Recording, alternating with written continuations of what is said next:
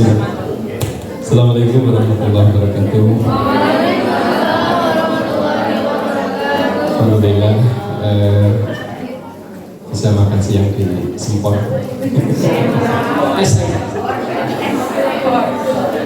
Terus tak balik ini.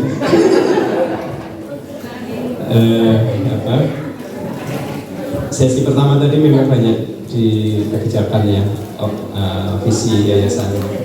Yang kedua ini kita banyak ke guru, insya Allah. Mohon izin. Selalu ada pertanyaan gini Bapak Ibu. Ustaz, yang jenengan sampaikan itu kan anak-anak SMA, gitu. Terus saya ini kan di PAUD, di TK, SD, selalu begitu. Tapi apa ada tuh anak SMA tanpa SD?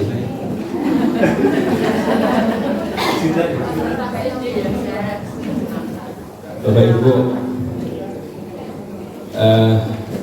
semua kendaraan itu kan pasti ada ban roda dan ada bagian kecil dari ban itu pentil, gitu kan? Pentil tempat.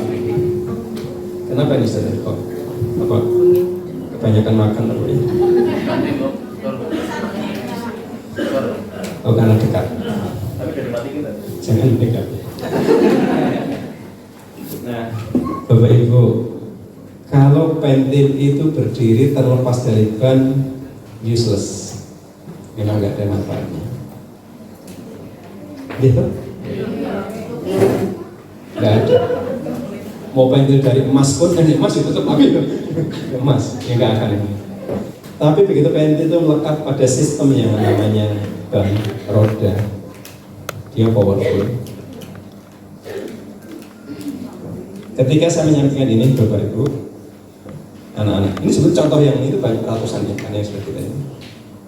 Sekarang dari pengusaha, yang perusahaan gitu, dan punya trouble, bahkan ada yang dokter, sudah mau dokter. Itu saya sering menyampaikan ke para guru, ustazah di PAUD. Pada saat ini kan hari menentukan RKA nih, merencanakan anggaran. Saya bilang, ini karena Pak Pengawas sudah ada ya. Ada yang sensitif sebetulnya, mau tak sampaikan. Ini tapi direkam. Matiin dulu. Segede pun apapun jadikan, seganteng sekuat apapun, kalau sendirian apa sih? Enggak kuat, enggak. Angkat real support juga enggak kuat. Iya, tapi kita ini orang-orang lemah nih.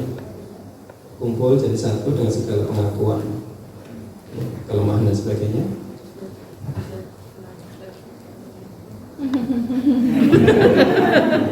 Jadi akhirnya banyak kebaikan yang bisa kita. Nanti kita lihat satu persatu. Enggak usah deh.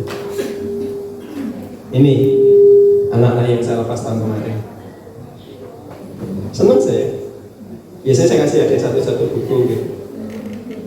Yang pernah ke NHCC, yaitu kantor kami, ruang seminar kami. Ya, ini juga yang anak putri cantik ini juga. Saya nggak peduli Bapak ini putrinya siapapun. Buat saya, you are my student. Kamu muridku dan kamu anakku. Nggak peduli. Dan kamu adalah harapanku. Itu aja. Anak-anak itu saya titipi harapan. Nggak punya beban apapun sama. Dia sudah kuliah di mana? Nah ini kemarin di Perpod kemarin dengan BPI kemarin ada yang ikut, ada yang enggak dari Sempor kemarin ya. Ada Pak ini ekosistem yang kita bangun di CSIT. Oke, terus nah Bapak Ibu, ini Dr. Kasori yang tadi saya matur ke panjenengan. Salah satu fungsi lembaga sekolah adalah tanmiyatul kafa'ah. Orang yang mengelola sekolah yayasan, kafa'ahnya harus meningkat, kompetensinya harus bertambah. Ini salah satu cara meningkatkan kompetensi adalah studi lanjut, dan beliau kita biayai sampai doktor. Ini yang sekarang gantikan saya sebagai ketua yayasan. Oke?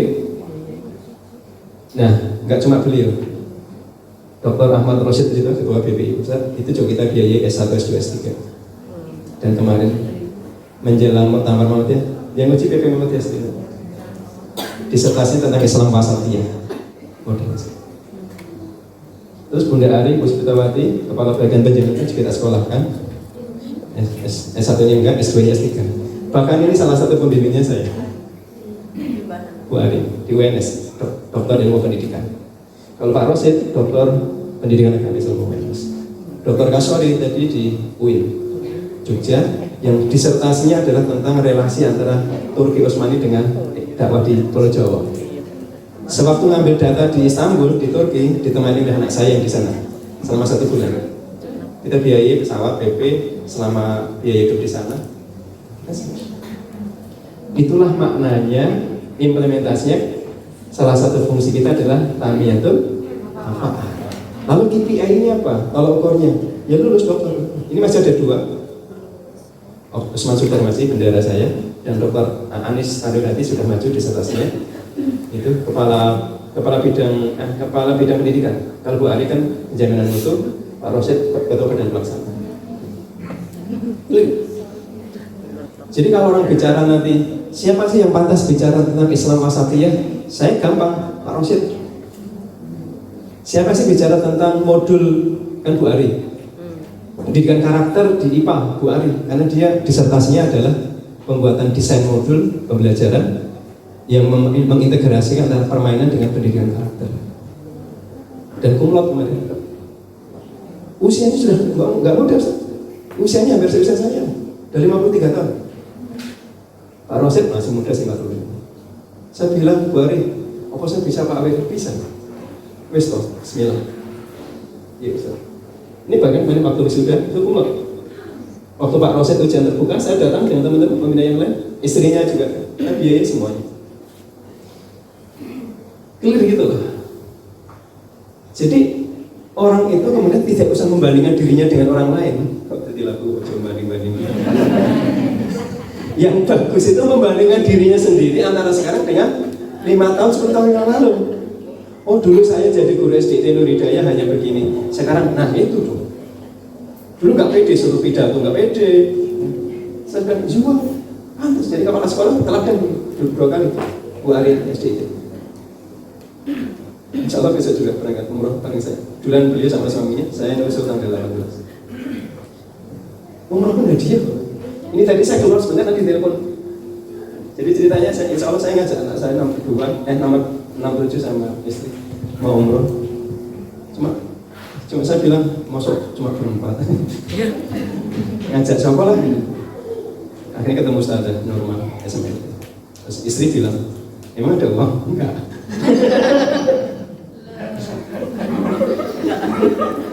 Oh bener kan? Aku juga ngaku sih. Biar. Terus sih, ini aja. Jadi aja sebagai saksi ya saja. Ini tadi. Tanggal yesterday kan? Ini sama. Tanggal 20 Desember kan? Ini. Bismillah biaya umroh. Terus ini tadi pas saya tanya dibel tadi, ternyata dibel oleh orang tua siswa. Tenang ini. Nambahin. Ustaz, aku nambah 17 ya. Jadi yang satu udah transfer 30 juta ke saya, yang satu 17. Turah berarti turahnya bagus. Yes. Karena biayanya kan 38,5, cuma karena telah nggak gabung dari 42. Ya, lumayan. Nanti ada rumusnya Bapak Ibu. Terus ini umroh yang saya bilang. Jadi guru itu akan tenang, tentram, berapapun nolnya setiap bulan, besar. Tetapi itminan, kenapa? Hatinya tertambat betul. Salah satunya adalah kita fasilitasi tarbiyah ruhiyahnya melalui ibadah umroh. Jadi kita memberangkatkan guru umroh itu tidak perlu menunggu ada dana sisa dari yayasan, tetapi memang dialokasikan untuk mengumrohkan para guru.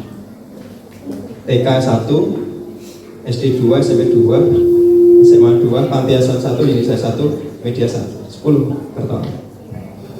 10 kali 30, 300 juta. Nanti Allah akan mengembalikan sekian miliar. Nanti ada contohnya. Terus, jadi ini yang umrah kemarin. Saya kan stres. Selama stres saya, aku stres nih. selama pandemi ya, merenung di kamar saya. Ya Allah, 2 tahun saya nggak berangkatkan umroh, guru gimana ini? Terus tiba-tiba ada yang menentuk, kira-kira 10 menit lah, 15 menit itu, ada yang ngetuk saya. Assalamualaikum Ustaz, bisa ganggu? Bisa. Nggak usah ngerepoti. Aku lagi sumpok. Saya bilang gitu aja. Saya dengan anak-anak biasa. Ini Ustaz. Jadi staff ini di samping kerja di yayasan dia juga punya usaha. Nah suatu saat piknik nggak ngejak saya, ngejak teman-temannya. Qadarullah kok terjadi accident di Ancol. Dia naik banana boat itu, balik kena ininya. Saya bilang, long piknik seorang aja, orang pamit gitu. Terus saya bilang gini aja, sebagai ayah ya, kayak saya nganggap pegawai itu anak-anak saya.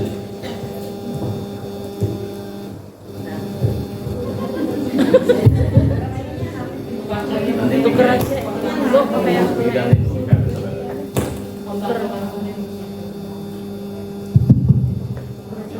Oh bukan sini ada.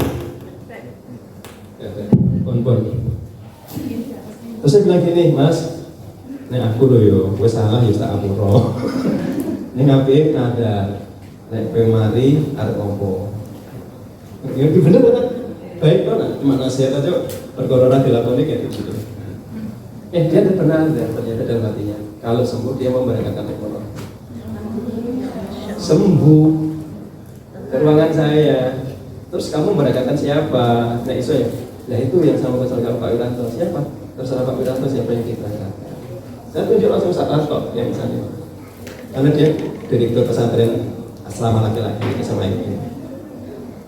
Itu satu.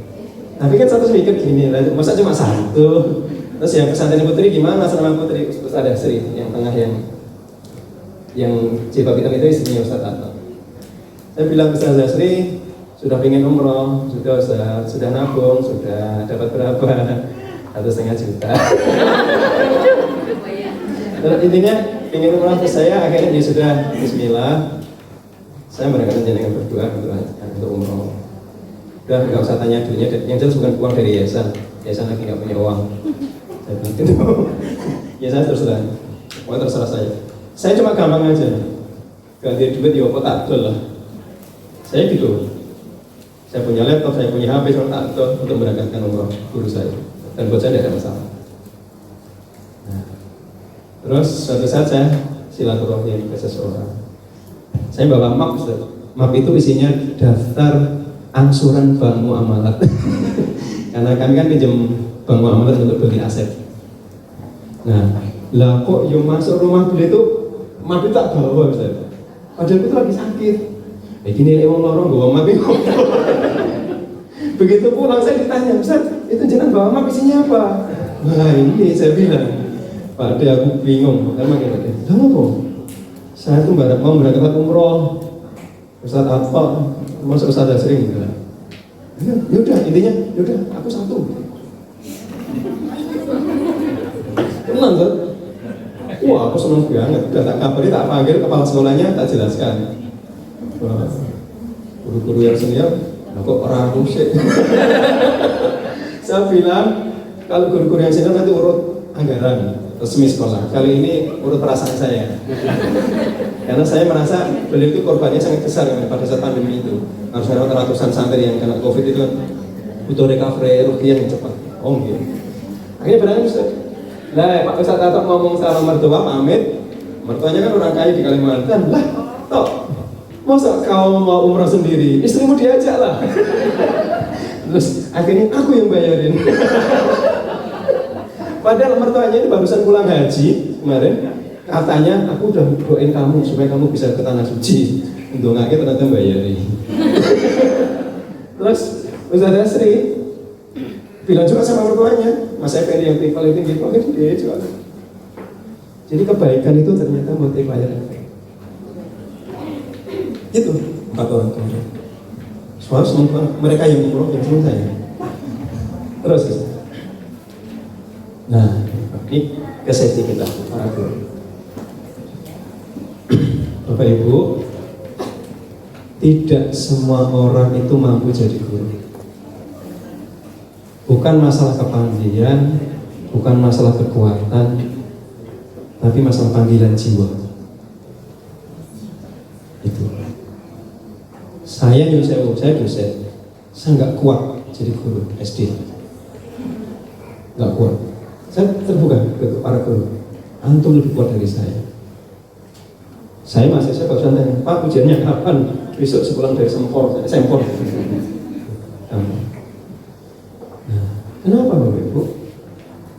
Ya ini sangat mulia, ini tugas para nabi, ngajar itu. Ayo, jadi atmosfer kita kembalikan ke misi-misi yang suci gitu loh. Jadi guru itu bukan masalah pekerjaan, ketenaga kerjaan, bukan, enggak. Menjadi guru itu misi para nabi, tugas para nabi.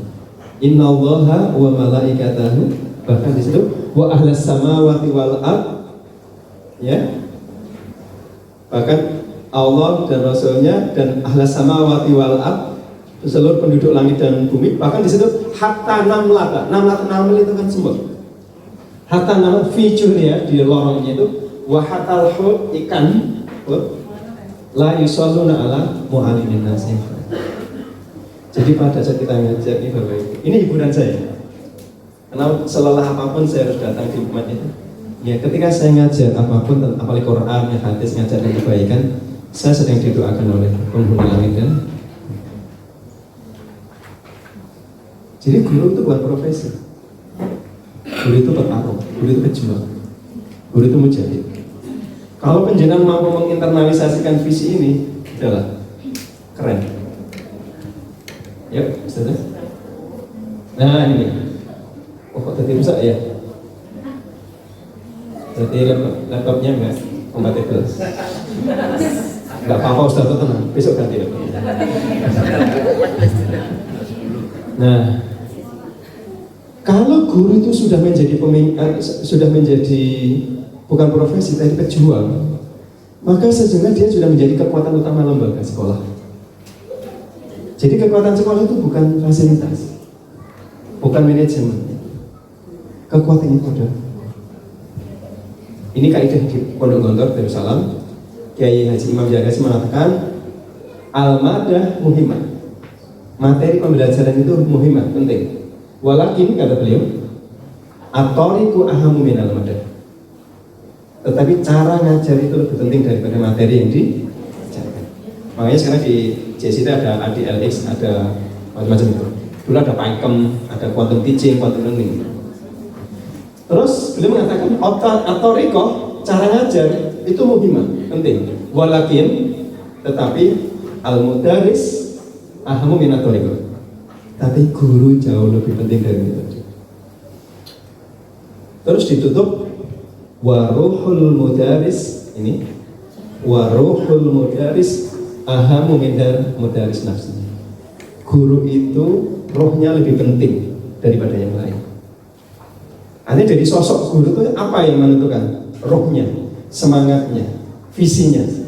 Bukan gantengnya, cantiknya, bukan sertifikasinya, bukan IP-nya, no. Waruhul mudaris ahamu minal mudaris nafsi. Nah, kalau penjenengan punya sahabat seperti ini, pegang baik-baik. Jangan dilepaskan. Nah, saya bukan siapa, tak punya teman. Itu kata Imam Syafi'i, bukan kata saya. Oke, monggo Ustaz. Nah, ini. Kalau sudah pentingnya guru menjadi sosok gurunya itu adalah guru, berarti kan kita bicara efektivitas nih. Ya, kunci sukses menjalankan ini. Pertama Bapak Ibu, yakin setiap orang itu memiliki daya tarik, punya magnet. Yakin Bapak Ibu. Ustaz saya cuma begini, jangan. Setiap orang punya daya tarik. Ya. Nah, kalau daya tarik itu seperti magnet Bapak Ibu. Kalau magnet ini mau bergerak, maka orang-orang yang mau kecenderungan baik akan menempel ke kita dan jadi kita. Dan jangan lupa, daya tarik itu ada yang sifatnya autentik, ada yang palsu. Oke. Bukan palsu, artificial lah. Enggak semua itu palsu. Buatan. Saya pakai peci, pakai ini pakai dari kampus. Ini beli di mana-mana bisa Bapak Ibu. Beli jilbab putih, terus pakai. Gampang lah. Pakai pakaian yang berwangi bisa begini. Tapi peci saya, gamis putih saya, wangi saya nggak bisa menutupi kebusukan saya. Nggak bisa menutupi, nggak bisa menikahkan roh saya. Sebaliknya orang yang pakai pakaian lusuh apapun, kalau dia dekat dengan Allah, tahajudnya terjaga, tilah terjaga. Wis toh, nganggo pakaian apapun dia mulia. Dia punya daya tarik yang sifatnya otentik. Lalu daya tarik otentik dari mana Ustaz? Dari Allah. Caranya satu, bangun malam. Nggak bisa ditawar. Ya ayyuhal muzammil qumil laila ila nisfahu anqus minhu waratilil qur'ana. Terus inna nasihat itu sampai dikatakan wa aqwamu qilah.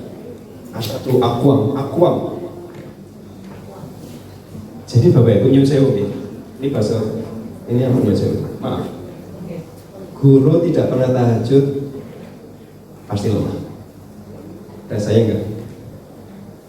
Guru kok tahajud sebulan sekali itu pas Nabi, pusing payah itu. Enggak usah harus siapa-siapa. Saya sendiri pernah melakukan. Udah capek kita dari pagi sampai sore. Gizi yo pas-pasan. Pakai kok terus ruhiyahnya yo pas-pasan. Musibah terbesar. Ini pesan saya. Kalau penjenengan ini bekerja menjadi guru nyaman, nikmat betul, Allah dekat, usahakan tahajud. Dinikmati tahajud. Bukan kepepet loh Bapak Ibu. Aku sesuatu ujian kepepet tahajud. Itu kepepet. Kalau kita tahajud masih kepepet, berarti kita belum menikmati. Allah tahu kita sedang kepepet. Kamu tuh tahajud main kepepet. Bukan karena cinta aku, bukan karena senang aku, bukan karena kamu tuh kepepet, kamu mau ujian. Ya boleh. Cuma jadi kalau dicintai seseorang hanya kepepet, karena tenangannya beda loh. Orang ngajukan kita tuh Ustaz, ya, habis itu ngajukan proposal. Begitu pernah ACC, dadah. Atau ada yang datang sengaja untuk daya tarik. Semua orang punya Bapak Ibu, yakin aja. Kalau jenengan kok merasa nggak punya kelebihan, jenengan kurang bersyukur. Jenengan pasti belum menemukan kelebihan jenengan. Belum menemukan sih. Berarti jenengan butuh merenung. Ustaz, saya kan badannya kecil, irung gitu ya. Terus bahkan pernah diajak anak saya, bukan diajak, Umi, kok Umi dulu mau sama aku. Terus ada komunikasi antar pribadi, lalu ada hubungan antar pribadi. Ini Bu, penjenengan ajeng, nak kamu sholat yang rajin, hormati ayahmu, bundamu. Itu kalau sudah dekat, enak sekali. Bahkan kadang lebih percaya kepada guru daripada orang tua. Meskipun namanya benar gurunya. Di Nurul Fikri itu ada murid SD, dijelaskan tentang konsep matematika. 4 kambing itu, kambing jumlah 4 atau 4 sejumlah kambing. 4 kali 3 itu apa bedanya 4 kali 3 dan 3 kali 4? Sama tak 12, enggak gitu konsepnya. 4 kali 3 itu 3 kali atau 4 kali 4 gitu. Nah dijelasin sama gurunya, keliru gurunya. Nah bapak ini doktor matematika UI, FMIPA UI, dijelaskan sama ayahnya itu. Nah kamu itu salah. Apa jawabnya? Ayah itu gimana kan? Dosen matematika malah kalah pintar sama guru. Kenapa? Karena dia sudah percaya dengan. Jangan-jangan juga ngalami itu, lebih dipercaya daripada orang. Enggak standar. Nah terus stop dulu. Bulan yang lalu kami ke Malaysia ketemu Prof. Sini Muhammad. Saya tersekat betul. beliau itu sudah jamu makan enak, terus masih memberi ilmu. Bagi beliau Ustaz, yang namanya pendidikan itu bukan kita anak masuk sekolah terus lulus, enggak. Bagi beliau pendidikan itu begitu itu jadi murid kita dan sampai dia meninggal. Dan beliau mengatakan, salah satu murid saya yang saya merasa berhasil adalah istri saya sendiri. Jadi istrinya Prof Hasni itu meninggal dan Prof Hasni menyaksikan bagaimana istrinya meninggal. Selalu di lisannya, lidahnya itu selalu entah dengan ayat Quran, zikir, tasbih. Beliau mengatakan ini. Itulah yang disebut dengan kata beliau Integrated Holistic Education System. Dan beliau sudah mewakafkan ilmu beliau kepada kita JSIT Indonesia. Dan yang lebih hati saya sambil lagi itu ketika beliau tanda tangan wakaf ilmu itu, yang jadi saksi adalah anak perempuan pertama. Menurut beliau, guru itu harus memenuhi ini. Monggo Ustaz. Mu'alim dalam konteks cerdas intelektual, guru biasa, transfer of knowledge. Terus muwajih dalam konteks apa? Cerdas secara spiritual. Terus mursyid, terus mu'adib, terus mudarib. Nah, kata beliau, kalau hanya mu'alim, hanya profesional, ngajarnya bagus, ada RPS-nya, ada penilaian banyak, itu just a teacher, hanya seorang guru biasa. Tapi kalau dia bisa juga menjadi mursyid itu menjadi model, contoh. Terus bisa menjadi mu'adib, ngajarkan adab, kemudian juga mudarib, trainer, dialah murabbi. Gitu. Itu model IHS versi Prof Hasni. Beliau penasihat kerajaan Malaysia. Gitu. Dan beliau punya Agni School. Agni School itu menerima siswa umur 3 bulan. Bayi 3 bulan sudah dididik. Saya 3 kali kalau ada 4 kali ke sekolah. Terus, nah ini Bapak Ibu, mungkin Pak Pengawas tadi batin juga. Ini Wiranto ini sedang berkhayal. Mungkin loh ya, mudah-mudahan enggak apa-apa. Misalnya ada penjaga di antara penjaga, Pak Wiranto ngopo kayak berkhayal, enggak di atas bumi. Ungkapan itu sudah ditulis Kiai Hasan hampir 100 tahun yang lalu. Beliau mengatakan wama asqalaha tabiatin ya itu wama asqalaha tabiatin wama a'dhamaha muhimmatin. Betapa tugas kita menjadi pendidik yang seperti tadi itu yang saya sampai contohkan tadi itu berat ya. Yang jangan ketawain saya tadi jajakin anak-anak kurang duit tadi itu ya berat Bu. 400.000 buat saya cuma dosa. Gaji 6 juta kelok pertanyaan itu. Tapi kan saya yakin saya sedang bertransaksi pada Allah. Pasti Allah ganti dengan cara lain, dalam bentuk lain yang lebih banyak dan lebih baik. Saya bilang gitu Ustaz, anak-anak saya kalau dapat kemudahan, ya ini kan doanya bisa ngomongin.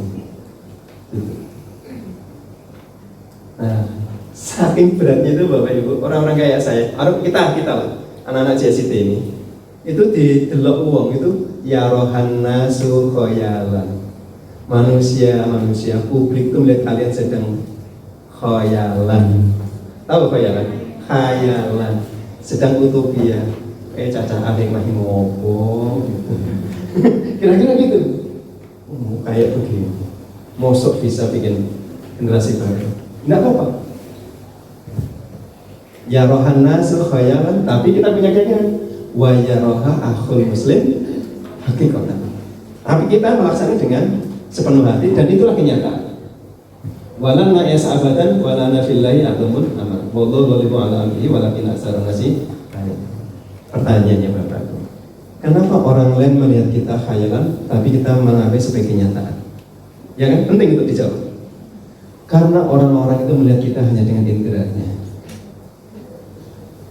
dengan matanya, dengan telinganya, dengan otaknya rasional. Sementara kita melihat dengan iman kita.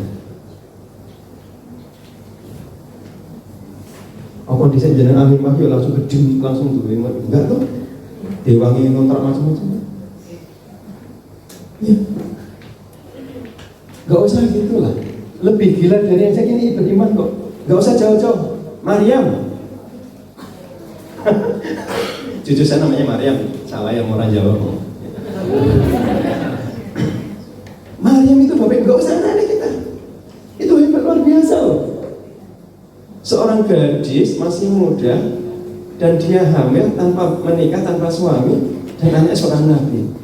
Kan lebih, maaf, derajatnya lebih khayalan daripada ini kan. Kalau kita kan berkhayal didik anak, didik murid. Nah ini cukup. Itu saja Allah memberi gitu loh. Ya enggak? Nabi Musa, Rasulullah membelai. Jadi kalau kita dikatakan khayal jadi apa? Karena kita melihatnya dengan iman. Itu bedanya.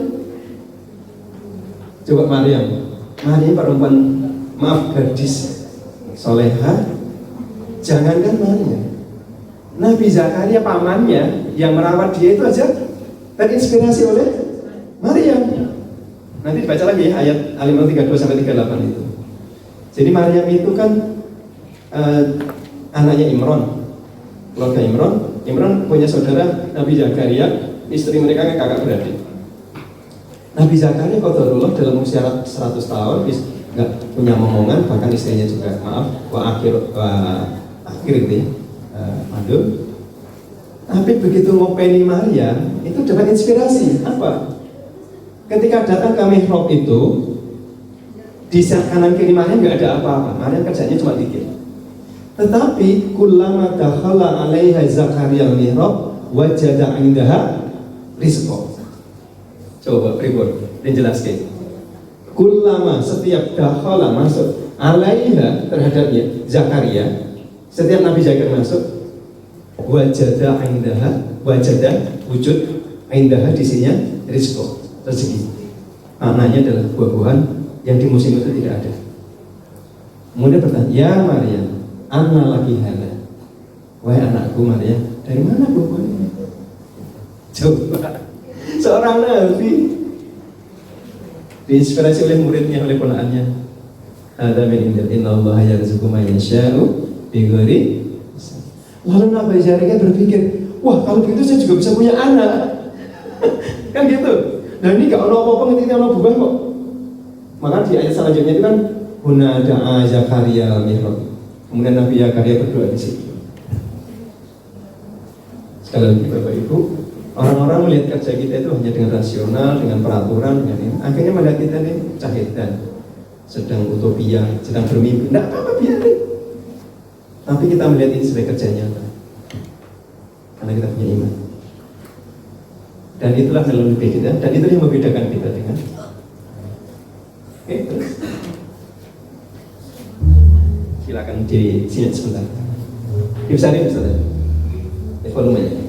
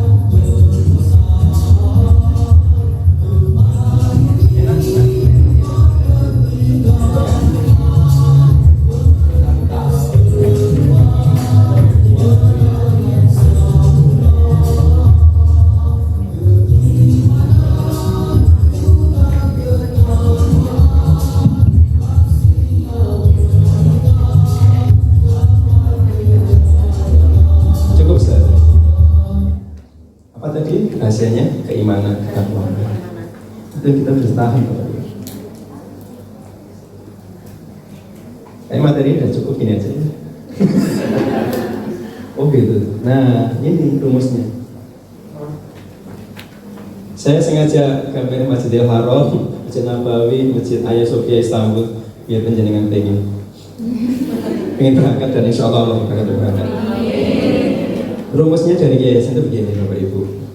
Wahai ikhwas sekalian yang kalian berdakwah di jalan Allah, ketahuilah wa idza wujida al-mu'min as-sahih wujidat ma'hu wasailun najah jami'an. Rumus berdakwah begitu Ustaz. Wa idza, dan apabila wujida, ada al-mu'min as-sahih, orang yang imannya benar.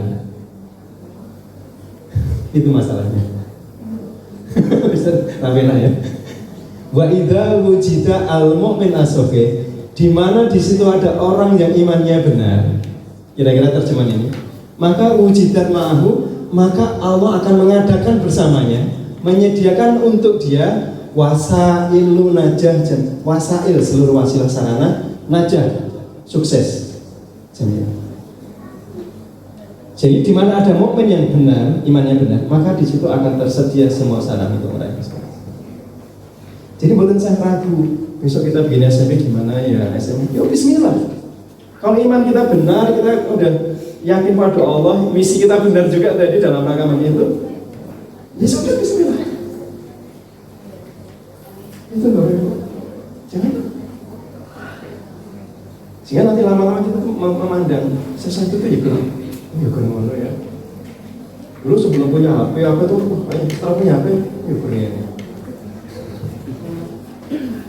Ayo Ustaz, lagi. Nah, ini sebenarnya pesan terakhir untuk yayasan sebenarnya tadi. Di samping ini harus sejak sekarang yayasan harus mengembangkan bisnis, berdagang lah. Bisnis serius, bukan bisnis-bisnisan. Saya sudah merintis 5 tahun yang lalu, Ustaz. Mulai dari catering, toko,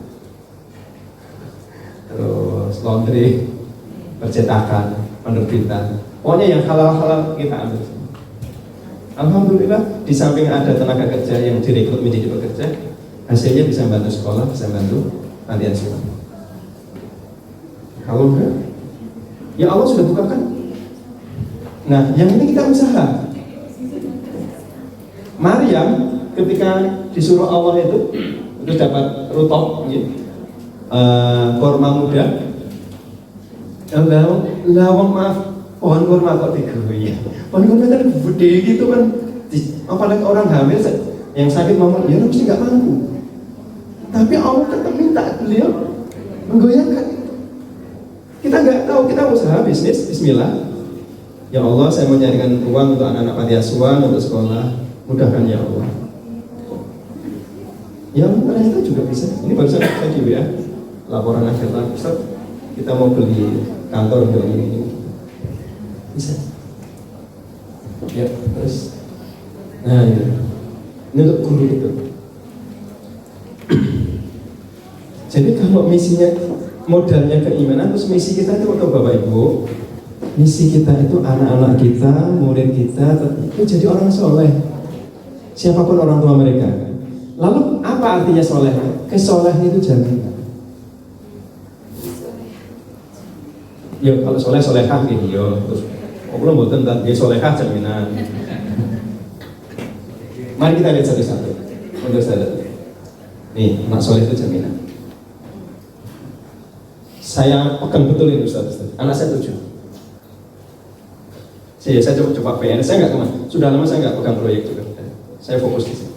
Nanti Allah yang menyelesaikan lagi. Terus anak saya yang kuliah di Turki itu juga, ya ini juga sama orang Turki. Gitu. Kita lihat kisahnya.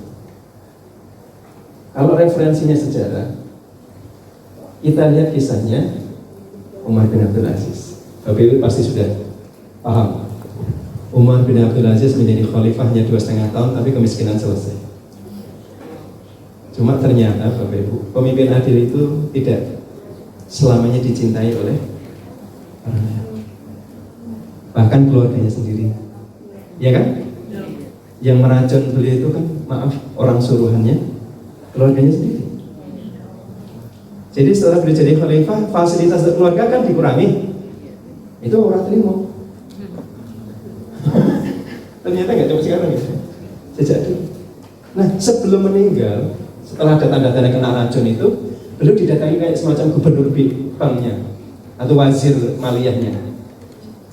Ya, tuanku, tulislah wasiat kepada kami supaya sepeninggalmu kami bisa memenuhi kebutuhan istri, keluargamu dan anak-anak. Jadi orang soleh itu kan punya firasat. Ini sudah sebentar lagi mau meninggal. Kalau kita, orang-orang sekelas kita, imannya yang lemah, mungkin langsung ambil kertas sama pulpen atau diketik, terus ada legis atau apa? Materai, wasiat Wiranto. Setelah menikah tolong berikan rumah dan untuk istri biaya, mungkin begitu. Mudah-mudahan enggak, saya juga kayak gitu. Lalu jawabannya Umar terus seperti Bapak Ibu. Jawabannya, saya tidak akan menulis surat wasiat. Adapun istriku sudah aku penuhi hak-haknya dan dia tidak mempersoalkan. Sedangkan anaknya Umar, kata nih catatnya, ini konteksnya anak soleh tadi. Anaknya Umar, kalau dia anak yang soleh, baca biografi beliau nanti di 617. Kalau anaknya Umar anak yang soleh, Allah akan mencukupi kebutuhan dia. Tapi kalau anaknya Umar bermaksiat kepada Allah, Umar tidak mau menjadi orang pertama yang mendukung anaknya bermaksiat. Apa yang terjadi Bapak Ibu? Seluruh anaknya Umar bin Abdul sukses. Padahal ketika meninggal hanya mendapat warisan 1 dinar atau 2 dinar. Kesuksesan keturunan beliau digambarkan ketika terjadi mobilisasi. Ya, putra beliau itu menjadikan ribuan kuda lengkap dengan isinya. Katakan 1000 saja, 1000 kali 25 juta, sudah 25 M zaman dulu. Kudanya saja. Belum perlengkapan yang lain. Sebaliknya pengganti beliau, warisannya bertriliun-triliun habis dan maaf, akhirnya menjadi kuli pemanggul di pasar. Apakah jaminan dari Allah tidak cukup untuk kita? Bismillah, saya jadi guru. Berapapun gajinya, yang penting berkah. Ada kekayaan Allah yang kita ambil tidak melalui di sekolah, tapi malam hari. Saya ambil, saya berdoa. Nanti anak saya pasti akan kasih solusi. Yang kayak tadi, Ustadz Ali tadi, saya dapat bayar anak saya KT berapa Ustadz gaji? Ya kalau jangan ngitungnya dari gaji, jelas nggak mampu. Tapi jangan itu ahli Quran, minta pada Allah. Itu. Dan saya merasa, kalau saya boleh klaim ya, saya dan istri merasa itu bersyukur pada Allah. Allah banyak menolong anak-anak. Mulai kuliahnya, pernikahannya, pekerjaannya, termasuk anak yang tidak bersama saya. Ya sejak SMA dia pengen di luar negeri dan kayaknya juga nggak mau pulang. Ini mau S2, S3 di Jerman atau di Jepang. Ya sudah, bismillah. Cuma nikah tetap minta orang tua. Besok saya mampir begitu mau menentukan siapa menantu kami. Gitu. Setelah nikah paling ya kembali lagi. Ya sudah nggak apa-apa. Karena cita-cita memang membantu perjuangan saya. Satu gitu. Anak yang soleh itu juga. Monggo Ustaz, yang kedua. Maaf para ayah. Para ayah yang soleh itu jaga. Mari kita lihat kisahnya. Kisah siapa dia? Nabi Musa alaihissalam. Nanti tolong dibuka surat Al-Kahfi ayat 62 sampai 83. Berkisah tentang pertemuan Nabi Musa dan Nabi Khidir dalam perjalanan. Nanti saya 82 itu. Jadi Nabi Musa kan ditanya, Musa, siapakah orang yang paling pintar? Aku. Terus adakah nggak orang yang paling lebih pandai dari kamu? Tidak ada. Allah ingin memberi tahu kepada Nabi Musa dengan cara kenabian, ingin mengatakan bahwa ada orang lebih pintar dari kamu. Terus disuruh berguru itu, kisahnya itu. Nah, salah satunya berkisah tentang ya ketemu nelayan, perahunya di lobangi, ketemu anak kecil diselesaikan, Terus ketemu rumah roboh, minta ini nggak dikasih, tiba-tiba ada rumah roboh diperbaiki. Terus asistennya, muridnya mengatakan, sekarang kita bisa minta upah, gitu ya. Terus kata Nabi Musa bilang gitu. Terus Nabi itu mengatakan, wa ammal jidaru fakana li gulamaini yatimaini fil madinah wa kana tahtahu kanzulahuma wa kana abuhuma sholihah. Gitu. Bagaimana aku mau minta upah? Wa amal jidar fakanan, ini dinding rumah miliknya anak yatim, 2 anak yatim di kota itu. Wa kana, terus wa amal jidar fakana li hulamain, 2 anak kecil yatimain fil Madinah. Wa kana tahta kanzulahuma, di bawah itu dinding itu kanzun. Mbak kanza itu berarti titipan, kekayaan simpanan orang tua. Terus ditutup nih loh Bapak Ibu, para ayah, wakana, dan sesungguhnya ketahuilah abuhuma, ayah mereka itu. Dalam tafsir Ibnu Katsir itu dijelaskan, karena kesolehan ayahnya inilah Allah menyelamatkan harta semuanya. Lihat ya, anak sudah, ayah sudah. Yuk gilirannya emak-emak. Emak solehah itu juga jaminan. Mari kita lihat kisah Imam Syafi'i. Ya Ustaz. Coba sekarang siapa sih yang tidak kenal Imam Syafi'i yang mazhab fikihnya dipakai hampir 2/3 bumi? Ya kan? Tapi semua tahu Imam Syafi'i lahir dari keluarga yang sederhana, single parent, maaf. Dalam beberapa kisah ayahnya sudah meninggal. Bundanya nih yang luar biasa. Maaf, hartanya miskin, mentalnya kaya. Sampai dukungannya supaya Imam Muhammad bin Idris Asy-Syafi'i itu, sampai bundanya itu selalu datang ke tempat pembuangan sampah, ngambil tulang, ngambil kulit tulang ini dibersihkan, dijemur. Di atas kulit inilah Imam Syafi'i kecil menuliskan pelajaran dari guru. Terus Imam Syafi'i sudah hafal kitab Muwatta, kitabnya Imam Malik. Ketika mau berguru ke Madinah, itu pamitan. Coba bayangkan, anak semata wayang pamitan untuk kuliah, untuk mencari ilmu. Kalau kita, gak usah ini kebumen wae, simbok dhewe kan. Ternyata ibunda Imam Syafi'i nggak begitu, Ibu. Apa katanya? Pergilah anakku, pergilah menuntut ilmu itu sebagai jihad. Terus di closing statementnya, istilah kita sekarang, sampai ketemu kita di akhirat.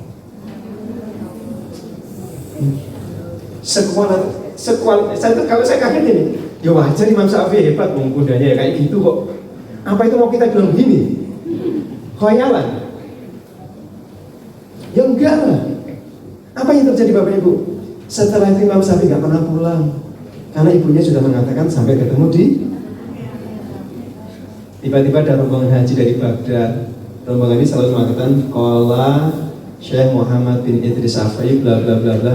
Ibundanya Imam Syafi'i dengar, ya Syekh, kalian selalu menyebut nama Muhammad bin Idris Asy-Syafi'i, itu siapa dia? Rombongan ini mengatakan, beliau adalah guru kami, asalnya dari sini. Terus bundanya Imam Syafi'i, oh berarti itu anakku. Kalau kalian pulang, katakan pada dia boleh jenguk ibunya. Itulah makna. Pertama sudah say hello sampai ketemu di akhirat, ternyata kangen juga. Cek, betul saya kaget Bapak Ibu. Ya segitu lah makna. Habis sana pergi. Pak Bibi. Itu. Akhirnya Imam Syafi'i pulang Bapak Ibu. Apa yang terjadi? Murid-muridnya mengumpulkan harta banyak. Coba. Itu persis tradisi kami dulu. Tahu gurunya mau pulang kampung Bapak Ibu, muridnya mengumpulkan harta yang banyak bahkan diantar. Sampai pintu kota Mekah, Imam Syafi'i kan terkenal adabnya, mengirim utusan ke ibunya. Icolol, ini anu memberitahu dulu Pak. Assalamualaikum, kamu siapa? Saya muridnya Imam Syafi'i, putra ibu. Ada apa? Imam Syafi'i dalam perjalanan pulang sampai ke Mekah ini memberitahu. Terus ibunya Imam Syafi'i bertanya, Syafi'i pulang membawa apa? Nah, muridnya Imam Syafi'i saking bangganya dia membawa harta yang banyak, dia nggak bisa menahan diri. Imam Syafi'i pulang membawa harta yang banyak. Kalau begitu katakan pada Syafi'i, dia tidak usah pulang menjenguk ibunya. Ibunya dulu menyuruh dia mencari ilmu, bukan untuk mengumpulkan dunia. Udah. Ada benda seperti itu. Wajar putranya kemudian tumbuh menjadi. Inilah kemewahan cara berpikir kita. Walaupun kerjaan kita sama, kita hanya guru SDIT, tapi fikroh kita tinggi gitu. Mungkin kawan-kawan saya guru besar, secara formal guru besar, profesor, tapi fikrohnya rendah. Hanya materi saja setiap bulan yang di. Oke, terakhir kita tutup. Guru yang soleh, anak, ayah, ibu. Guru yang soleh itu jangan. Kita lihat kisahnya Muhammad Al-Fatih atau Salahuddin dulu. Yus, ya. Nah, ini Salahuddin. Terus, nah, Bapak Ibu, Salahuddin ini lahir pada zaman Kesultanan Seljuk sebelum Turki Utsmani. Seljuk, iya. Jadi itu Sultan Turgut, kemudian Sultan Al-Parslan, makanya di sana namanya Al-Parslan kan. Terus ada Malik Shah, di situ ada Nizamul Mulk, itu ada Imam Ghazali. Dulu ulama itu disupport betul oleh pemerintah.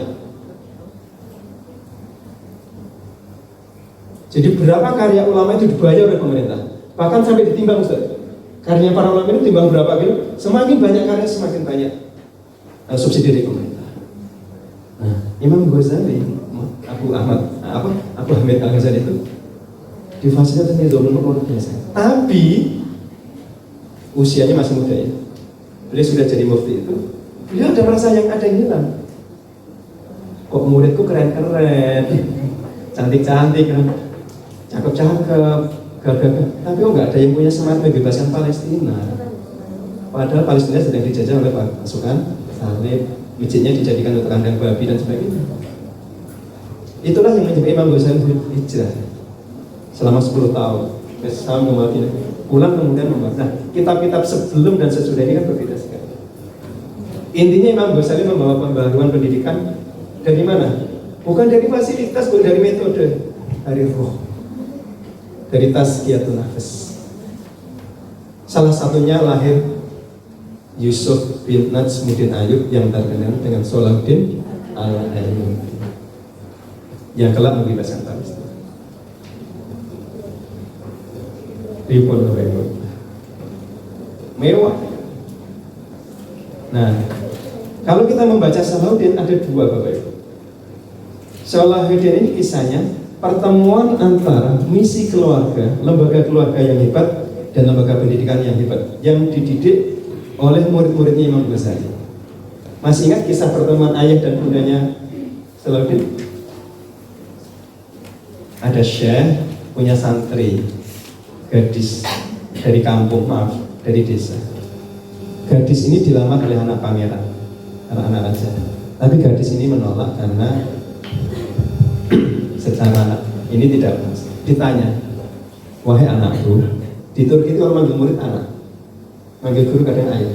Waktu saya ke sana pertama dipanggil ayah, agak grogi aja.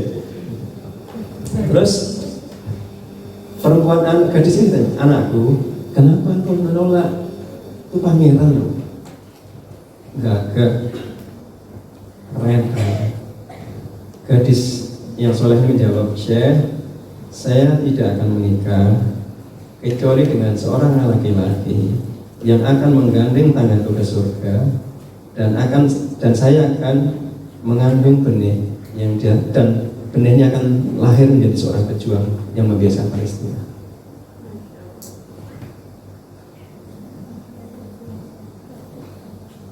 Wajar. Saya itu selalu wajar kalau ada anak, dia kan ada mahasiswa kamu antik menolong, ayahmu siapa, bapakmu siapa, pasti bapakmu istimewa, ibunya pasti istimewa. Ternyata benar. Dua ibu, dua bapak itu nggak ada hijab sama sekali. Yusuf bin Ayyub sama. Lo kira-kira gitu. Muridnya yang laki-laki, lo kok kamu gak nikah-nikah ngopo? Kira-kira gitu ya bahasa kita. Syekh, aku nggak akan menikah kecuali dengan seorang gadis, seorang perempuan yang akan aku ajak dia masuk surga, dan darinya dia akan apa? Mengandung benih yang aku tanam, dan ini akan menjadi pahlawan yang dibebaskan. Subhanallah, walhamdulillah, wala ilaha illallah, wallah. Jadi pertemuan keluarga yang sangat mulia dengan pertemuan lembaga pendidikan hebat inilah kemudian narasi besar itu terjadi. Yang kedua, Turki Utsmani, Isa Muhammad Al-Fatih. Terus, nah ini Ertugrul, sebelumnya Sulaiman Shah, Utsman, dan sebagai Mehmet kedua Muhammad Al. Terus, Bapak Ibu, Muhammad Al-Fatih atau Mehmet kedua bin Murad kedua itu remaja biasa. Maaf kalau boleh istilah sekarang, Yoroto biasa, pokoknya cagit-cagit. Tapi begitu ketemu Murabi Syekh Aksamsuddin dan Muhammad Al-Qur'ani, berubah total. Kenapa tidak? Dia masuk pesantren manapun menolak. Sampai Sultan Muhammad kedua itu bingung, ini anakku di pesantren ini nggak mau. Sampai mendapat informasi ada namanya seorang syekh yang sangat berwibawa, namanya Syekh Muhammad Al-Qur'ani. Nah, anak ini Mehmet kedua diserahkan ke beliau, dikasih satu surat, Syekh, aku serahkan anakku agar kau didik dengan baik, dan aku kasih kamu kewenangan untuk memukul dia kalau dia memang pantas dipukul. Surat ini dibacakan oleh utusannya itu, dan Mehmet kedua ada di situ, Muhammad Al-Fatih, dan Mehmet kedua ketawa. Kenapa? Dia pangeran. Mana ada guru yang berani dengan saya? Bapakku ketua yayasan, musuh apa? Kira-kira gitu. Begitu dia ketawa, Ustaz, ya bukan apa itu, simbol aja. Langsung dia. Berarti ada orang yang berani mendadak. Jatuh martabat dia sebagai seorang pangeran di hadapan gurunya yang mulia. Guru, lagi-lagi guru, Bapak Ibu. Jangan tuh, kita sebenarnya bertugas sebenarnya profesi yang mewah yang tidak semua orang sanggup menjalani.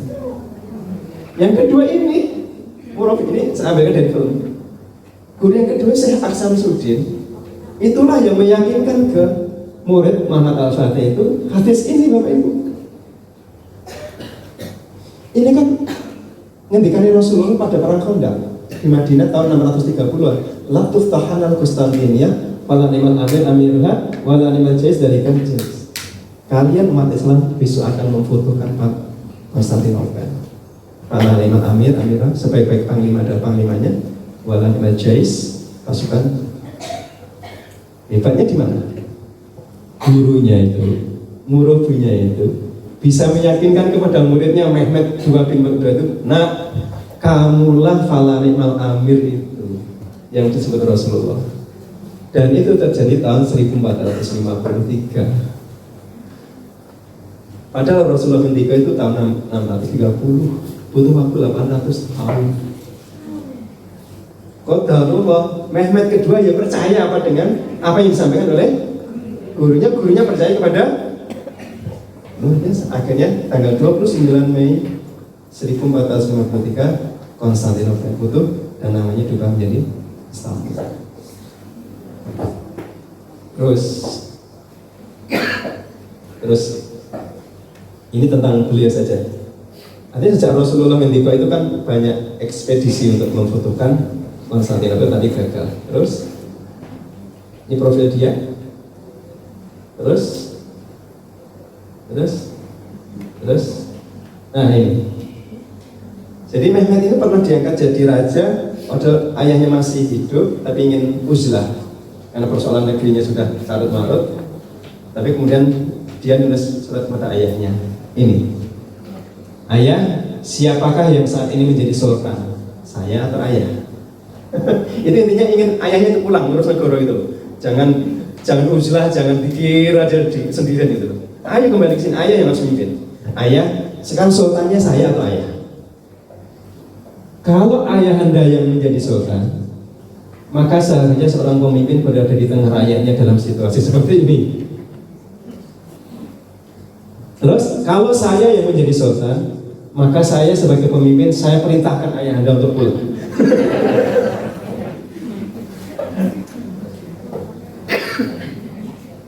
Kira-kira saya dengan anak saya, bah, ini jadi pemimpin rumah tangga, jangan aku. Nah apa yang boleh diurusi? Iya loh. Nah aku pemimpin apa tak suruh pulang ngurusin? Cerdasnya dia setelah mendapat pendidikan. Kenapa ada tuh Bu, orang soleh, murid baik, akhlaknya karena baik tanpa dididik? Terus, nah sekarang file yang kedua Ustaz, tinggal 10 menit kan?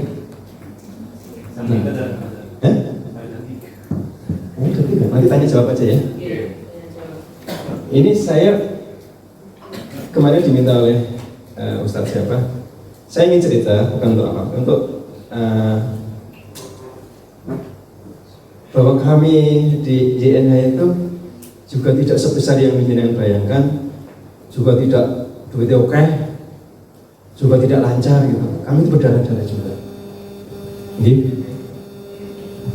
ya, dana yang kami kelola itu paling berapa? Enggak banyak juga. Mungkin 25 atau 30. Ya. Nah, tadi kata kunci dari Kiai Hasan saya pegang Ustaz. Wa idza wujida al-mu'min as-sahih wujidat ma huwa sa'ilun. Saya biasanya kalau punya proyek besar, mau membangun PPTQ, asrama, panti asuhan, saya cek dulu semua. Antum sehat enggak? Semua pengurus. Antum sehat enggak secara batin? Nah, gitu. Caranya gampang, tak buat acara gitu. Kan ketahuan tuh. Kan untuk mengetahui karakter orang itu tidak pergi, itu kan, mufoyam gitu. Nah, kan kita udah di situ. Nah, yang baik-baik udah nggak saya ini, yang kira-kira bermasalah tak deketin. Untuk makan banyak banget. Wah enak. Terus, antum kok naik mobil pilih posisi di situ? Kenapa? Nah ini saya kalau jadi orang seperti nggak siap untuk jadi berjuang. Kiai Hasan itu pernah membatalkan acara besar Muhoyam gara-gara calon pesertanya rebutan kursi di mobil. Udah nggak jadi memang, hanya kan datang 2 orang rebutan kursi. Nah, tapi kok kalau melihat monggo duluan, silakan, Ustaz silakan, saya ayo. Nanti secara materi teman-teman saya sudah tidak tergoda. Kalau begitu. Tapi saya memastikan diri saya juga nggak tergoda dulu. Kalau tadinya saya juga tergoda, gawat ini. Munafik saya kan? Gak bisa. Saya pastikan dulu saya sehat dulu. Nah, kalau iya, jalan bismillah dulu. Itu satu. Yang kedua, ketika ada masalah, saya pernah ingin melepas aset. Tadi saya bilang, pas pandemi saya ingin melepas aset. Saya habis beli aset itu 24,5 M bulan Januari 2020. Maret pandemi, bayangin lah. Padahal separuh dari itu kan saya minta tolong Bank Muamalat. Penghasilannya turun 60% kan, tapi kewajiban harus. Mau nggak mau, saya rasional melepas aset 1 hektar saya. Tapi ternyata saya ini nggak punya potongan penjual aset, nggak bisa berdagang. 10 kali gagal Bapak Ibu. Saya UIN mau bikin perumahan dosen, udah model Bank BSM waktu itu belum BSI, clear nggak jadi. Itu untuk ini nggak jadi. Tinggal pembayaran nggak jadi. Ya Allah, hingapur. Saya tiap malam nangis itu. Ya kenal Bumuti telepon saja. Bumuti, Pak nangis tuh Bu. Yo, aku saksinya. Dia yang menyaksikan di situ. Saya kayaknya cek Ustaz. Iya. Satu persatu. Kalau tidak ada yang bermaksiat, insya Allah semua lancar. Saya juga sih. Tak tanya satu-satu Ustaz. Ustaz, antum hari ini sholat di mana, subuh di mana, puasa enggak, tilawah berapa? Semua baik-baik saja. Nggak mungkin, ini pasti ada yang nggak jujur. Nah aku ngono rombongan Allah, nggak mungkin saya. Allah itu sudah ngasih formula tepat. Begitu kamu siap secara mental, ini udah pertolongan Allah pasti datang. Kok pertolongan nggak datang? Berarti ada yang salah pada diri saya.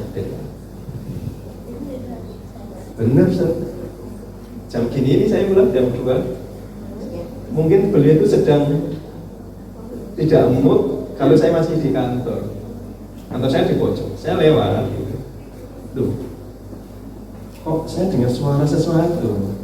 Tak buka. Jadi salah saya. Harusnya kan perlu salam dulu untuk pintu ya. Cuma gandeng sudah. Iya, asalnya gini sih tadi langsung tak buka gitu. Masya Allah, antum nih saya bilang gitu. Nonton YouTube. Enggak usah saya ceritakan.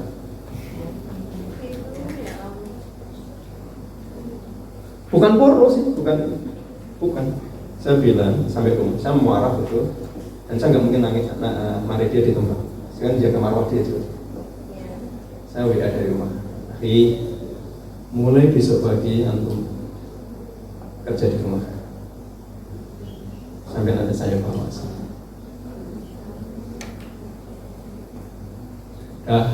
Ketemu. Saya gitu aja. Jadi udah nesu. Kecewa, marah, sedih. 2 pekan setelah itu selesai. Saya akhirnya silaturahmi ke Bunda Siti Aminah yang menjadi kasar punya pondok asal tadi, karena beliau salah satu yang wakaf panti asuhan kan. Jadi tahun 2001 beliau beli rumah 600 meter, saya nggak tahu diwakafkan ke untuk panti asuhan. Saya tanya beliau, Bunda, yayasan sedang begini, dan saya nulis surat itu tanda tangan tidak ada hubungan dengan yayasan pribadi. Saya bilang, ya udah. Terus di sana itu tanah 1 hektar, kalau di sana itu kata putrinya itu apa Pak Wid, di sana kata itu cuma 5 M. Oh iya Mbak, benar, saya belinya memang 5,2 M, tapi itu udah tahun 2018. Saya bilang sebenarnya putrinya juga teman saya, ngobrol banyak. Terus piye Pak, tanahnya gimana tanah jadinya? Ya masuk 5. Tiba-tiba bilang apa Ustaz? 6 ya Pak ya? 6 M. Gila saya bilang gitu.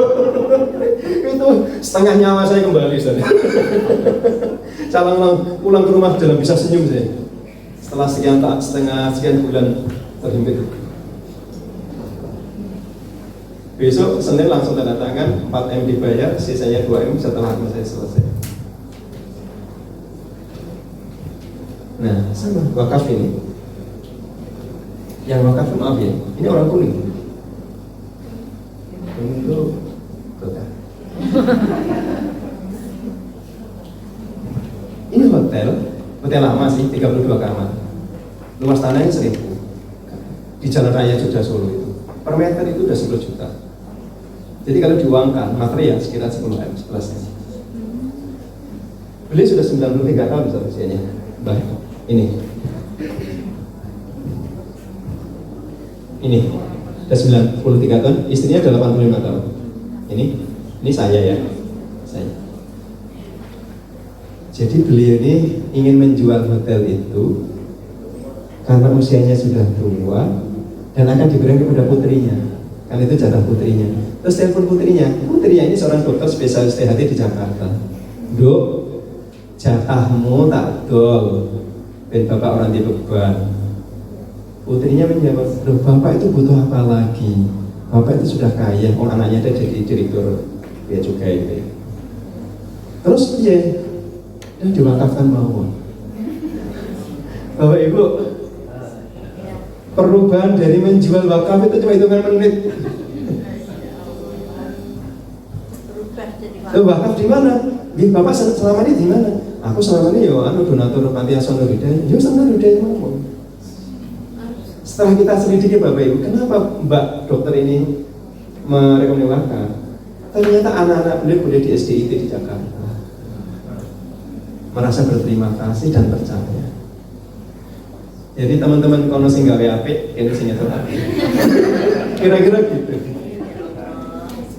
Akhirnya ini saya 16 Oktober ini silaturahim Terus 13 November ini di KUA akad itu.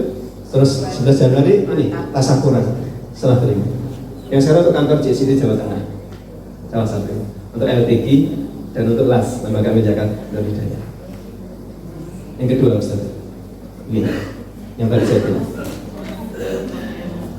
Pak Fulan ini saya datang ke rumahnya 30 September 2017. Terus beliau wakaf ini 2018 5M. Terus 23 April saya gunakan untuk membeli aset SMPT milik orang ini 9M. Wakaf dari beliau 5M. Siapa beliau? PDIP. Mojok putih banget. Saya terus terang aja lah, tadi Golkar dia tahu saya ini orang kultural, orang profesional, tapi saya dekat orang kalangan orangnya. Dan beliau tahu. Ternyata kita usut, beliau sangat berterima kasih, anaknya jadi anak yang soleh, anaknya itu sepantaran dengan anak saya nomor 4 yang di Turki itu. Lemah lembut dengan orang tuanya, ibunya mulai pakai jilbab. Dan itulah yang tadi kirim 17 juta untuk melengkapi umroh. Moga saja. Nah ini juga beliau wakaf yang 2M. Terus ini ada orang yang aneh lagi. Orang tua saya sob, maaf, apa afiliasinya? Macam putih. Dia itu kaya Ustaz. Bangun asrama kos-kosan ini dekat UIN, Kartosuro, dekat SMA itu. 22 kamar, 11 kamar di bawah, 11 kamar. Pas mau berangkat haji ini 2015, waktu itu yang ini dokter, beliau itu bingung. Bu, mau naik pas awal, maaf ya, beliau nggak bisa baca Quran, nggak bisa. Pokoknya amat sekali, nggak punya ilmu agama. Bu, mau naik awal dewi haji mati biaya. Gitu aja. Bondonya dewi itu oke ya.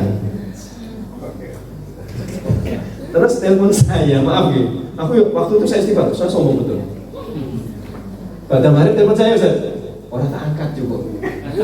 Saya lagi halakoh dengan anak-anak saya. Saya biasanya pada hari sama munya sama anak-anak tilawah bareng terus ganggu keluarga. Dan beliau pengusaha, saya kan oleh urusan gitu. Terus SMS, bukan WA, SMS. Wah, uang penting aku telepon lagi ya kan, SMS tadi jawab. Akhirnya telepon lagi, kata mau Pak De, aku itu bikin kos-kosan. Nah SMIT kami itu kan nggak punya asrama Bapak Ibu. Kami itu kontrak rumah-rumah penduduk sebetulnya 20 rumah Pak. Beliau itu menawarkan, saya bilang gitu, loh ini kan sudah Agustus, ya sudah telat Pak De, ini gue SMIT. Ya terserah, gue pokoknya ingin wae tak serahkan dan dikelola yayasan. Dikelola yayasan ini gimana? Pokoknya tak, wih loh tak, wakaf, bukan wakaf. Saya bilang Pak D, maaf ya, beliau kan memang nggak punya wakaf niku, jangan kehilangan hak loh. Wakaf selesai, begitu jenengan serahkan jadi milik umat, kami itu sebagai nadir pengelola saja. Yo ngerti, jadi. Akhirnya tapi kan investasi gitu loh Bu. Dia dapat per kamar berapa gitu loh. Ya aku sudah manusia, hitung-hitungan bisnisnya. Ternyata di wakaf gitu loh. Terus beliau haji, 20 Oktober beliau pulang, kita ke KUA, tanggal 12 Maret ini kita serah terima. Ini malam. Jadi Mbak Damaria telepon Mbak Daisa ke rumah saya bawa sertifikat. Serahkan ke ibu, ke Umi, Bu Muti. Ini kenapa Bude? Ini sertifikatnya Umi. Terus nyuruh saya ya, aku belum percaya waktu itu. Akhirnya malam itu juga saya diajak ke sini, terus tak fotoin. Kaget saya. Itu 22 kamar Ustaz, dan kamar mandinya setiap kamar. Sekarang masih dipakai wisma. Ini bocah gitu. Kita ditumpang terus. Wakaf terus. Sebelumnya Ustaz. Jadi ada yang tumbang. Jadi gitu nih, saya tuh mau bikin pesantren PPTG. Terus aku tak wakaf, berapa kan? Saya mau beli 3 hektar, 3 patok 1 hektar. 1 hektar itu harganya 1,8 berapa gitu. Ya udah nek total sak biaya macam 2M gitu. Nah, udah aku satu patok. Neng ya wong bisnis. Neng aku tak ngedol tanahmu sih. Punya yang bawa kalkulator silakan dihitung atau enggak usah pulpen. Tanahku luasnya 3.600.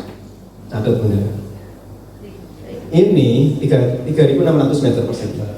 Pemerintah Pemkot Solo sudah sepakat membeli itu untuk relokasi sebuah SMP yang kebanjiran. Kenapa Pemkot sudah setuju? PDI, sesama PDI. Dengan harga 1,1 per meter. Wes ditepiron itu 3 meter. Delalah orang situ, mergo DPRD ora setuju. Salah satu yang ora setuju wong orangnya lah.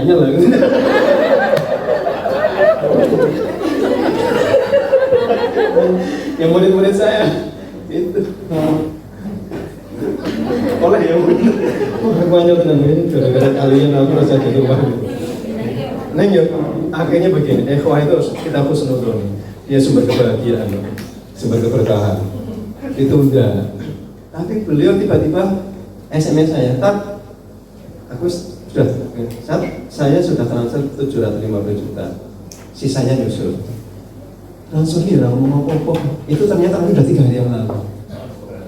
Suatu saat saya ingin memperpanjang ATM BNI saya ke kampus, habis saya pulang bawa buku tabungan kan ke BNI itu, ketemu beliau. Loh, kok ngerti nih aku melunasi? Aku nyerang ketemu, aku mau ATM kok, gila banget sih. Ternyata beliau habis melunasi 2M itu ngirim 1,2. Terus saya bilang, Pak Dik, katanya nggak punya uang. Iya, aku tuh jelasnya bingung aku, Ustaz. Maksudnya piye? Jadi ketika nggak jadi dibeli oleh Pemkot 1,1 meter itu tiba-tiba maaf ya, saya sebut ada jenderal pulang kampung, habis jadi Kapolda mana, duitnya banyak. Terus tertarik dengan tanah beliau itu, tertarik. Jenderal suka duit, gitu.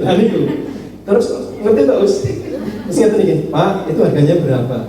Nah Pak di bulan ini jawabnya sampai naik dewi, naik kerso atau 1,8 per meter.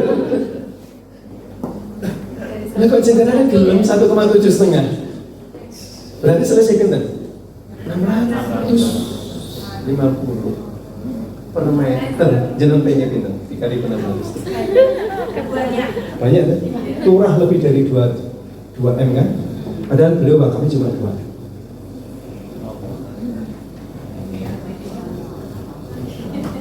Terus itu tuman terus, tidak Ustaz ini orang sing umroh toh. Itu. Apalagi budanya, bude itu lu sidik-sidik orang jenang lu ditentak dia, ora itu. Aku ngomongin ya. Nah, berarti gini, maaf ya, dengan perspektif yang awam. Berarti aku kan harus itu wakaf ya. Ya aku wes lho Pak D, wes ngirim 750 sama 1,2. No. Tapi kan duit turahan. Duit selisih harga tanah itu loh. Yang ketika dibeli 1,1 juta itu 1,750 itu loh. Beliau Ustaz, itu belum merasa mengeluarkan uangnya. Menurut menjelaskan begitu Pak. Hayalan, realitas, ada orang seperti itu.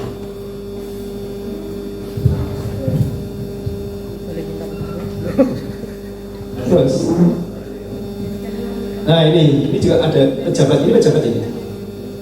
Bunda kecil, bunda yang ini saya. Ini yang tadi saya bilang.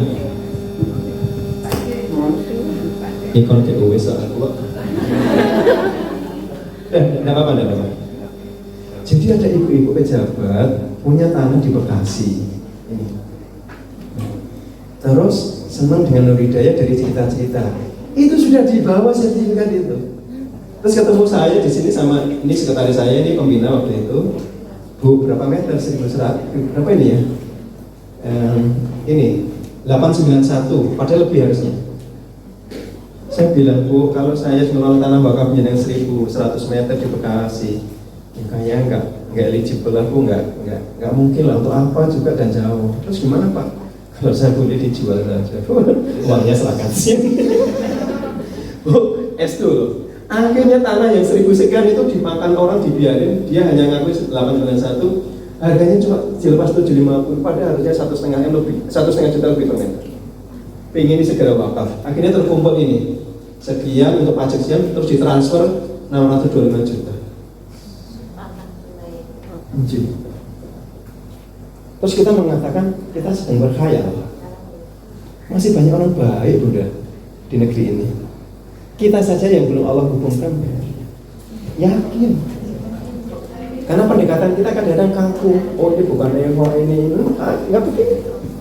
Jangan. Beliau dengan saya, jangan cari calon orang. Gitu biasanya orang nangis.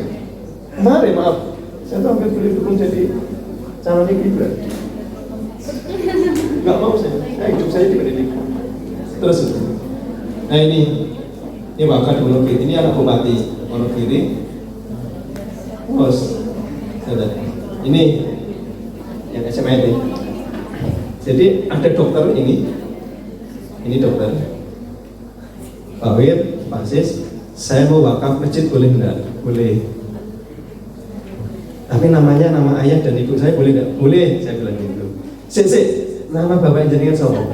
Bapak itu ternyata Samsul Arifin Majid. Beliau itu dokter objin, spesialis objin. Wah, jenenge bapak sapa apa ya kira kira piye? Gandeng Samsul Arifin Majid jadi menggodok. Jadi masjid SMA itu 1,8 M dari beliau. Jadi SMA itu punya masjid bagus itu bukan dari kami, orang baik yang digerakkan Allah. Sekarang kita ngerawat, kalau udah bingung ternyata mahal perawatannya. Saya jujur apa? Terus, ini maaf, ini teman saya yang begini. Paham ya? Masih mata sipit. Itu rumahnya hampir 700 meter, serahkan untuk panti asuhan. Harganya ya kalau hanya 3 M. Beliau menyendiri, menyepi ke pinggiran kota dengan rumah yang sederhana. Chinese. Ini untuk panti asuhan putra yang ke. Terus ini dokter juga. Ini PPTK kami yang di Boyolali. Wakaf dari dokter Yenal ini namanya. Sekarang untuk PPTK sambil. Terus, nah ini maaf, ini orang MTA yang wakaf ke kami. Ini bunda ini. Saya tanya bunda, kenapa wakaf ke saya nggak ke MTA?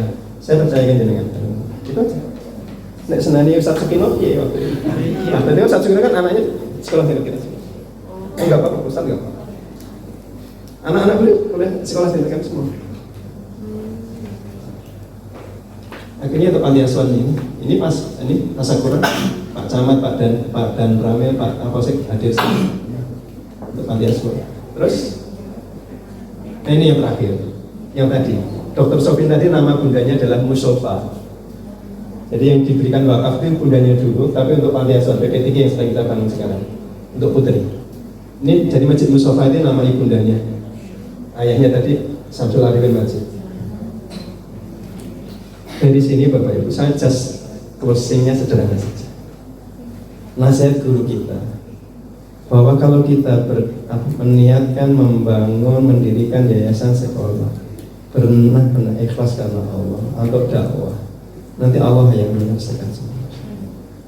Itu nggak usah bingung. Bagi Allah faida aroda saya ayakul lahu kun. Cuma kita memenuhi syarat nggak untuk diberi kun fayakun.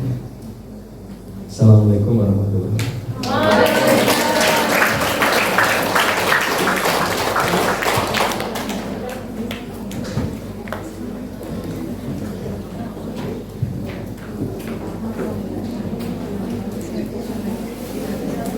Masya Allah ya, ternyata ada yang sampai ketagihan wakaf.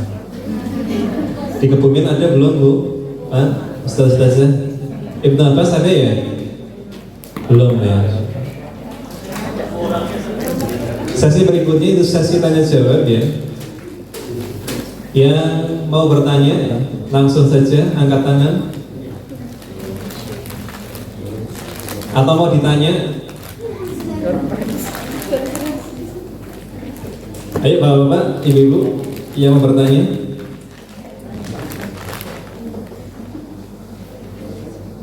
Biasa, kalau yang penanya pertama itu biasanya agak segan. Jadi kalau udah ada satu biasanya. Angkat tangan. Belakang ya.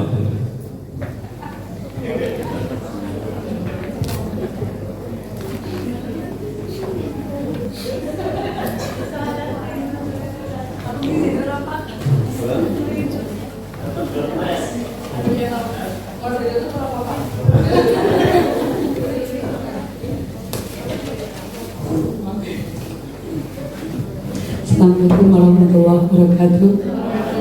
Waalaikumsalam. Nama saya Supriyasi dari TPA 5. Ini tadi cara mencari donatur itu datang kayak apa ya? Kayak hujan. Karena ada yang wakaf berapa miliar tadi? 5 miliar ya? 5 miliar.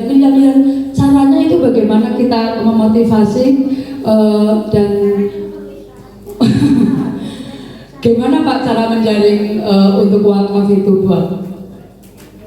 Kok sampai besar sekali, public speakingnya kok pinter sekali gitu loh ya. Kasih tahu tip-tipsnya. Mungkin itu saja dari kami, mohon maaf pertanyaan mungkin tidak berkualitas. Assalamualaikum warahmatullahi wabarakatuh. Ditampung dulu.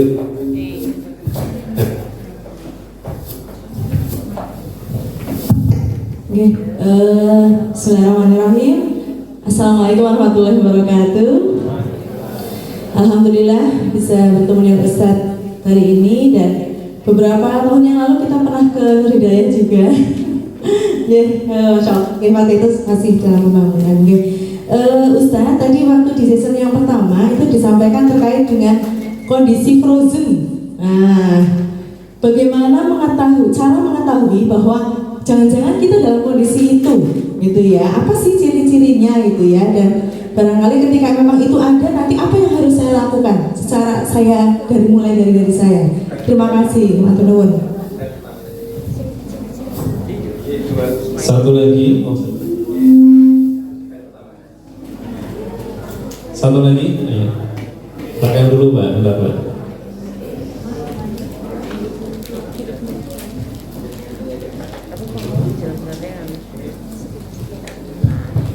Bismillahirrahmanirrahim. Assalamualaikum warahmatullahi wabarakatuh. Waalaikumsalam.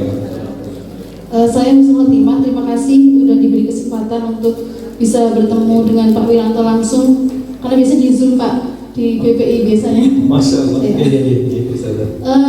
Saya jadi penasaran Pak bahwa guru itu salah satunya adalah ruqyah ya. Dalam peran apapun di sebuah yayasan, dari guru maupun mungkin tukang masak sekalipun atau tukang bersih-bersih, semuanya butuh ruqyah yang luar biasa. Salah satunya tadi terbukti bagaimana kisah Pak Wiranto itu bisa menggaulkan sebuah wakaf karena hanya ada satu yang mengganjal, kemudian ternyata Allah berikan luar biasa itu. Yang saya tanyakan tentunya ada pembinaan guru karyawan di sebuah yayasan ya. Nah, yang saya ingin tanyakan selama ini di Nur Hidayah seperti apa Pak? Tentunya mohon maaf, upah itu adalah hal yang memang ya. Tapi selain itu apakah ada hal-hal lain yang mungkin bisa untuk menghapus ruqyah untuk masing-masing guru dan karyawannya? Terima kasih. Wassalamualaikum warahmatullahi wabarakatuh. Ini ya, Tiga dulu Ki. yang pertama cinta nih Om. Ustazah Supri terkait bagaimana Kiat tips Om ya. Mau dengar terus dulu.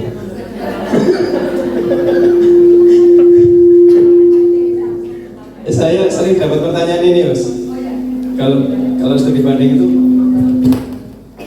itu Pak, kok sering dapat wakaf, tipsnya apa tuh Pak? Betul ngertos Bu. Bukannya saya nggak mau berbagi, memang nggak punya kok. Nggak punya. Ya jangan takut ya si wakaf kok, wakafnya ngomong. Nah cuma kata orang, kata pengamat, jadi Nur Hidayah itu kan jadikan disertasi sudah 10 lebih. Ya organisasi, ya keuangannya, ya BPI-nya, ya ini hasil studi master dan doktor itu mengatakan begini, dua saja katanya loh ya. Satu, kami ini dinilai bisa menjaga integritas katanya. Aku dewe ya mau sih aku yang integritas gitu. Katanya gitu. Terutama pimpinannya bisa menjaga jarak aman antara dirinya dengan fasilitas, uang dan fasilitas. Saya tidak menerima gaji dari yayasan, tidak ngambil, juga diberi mobil saya kembalikan.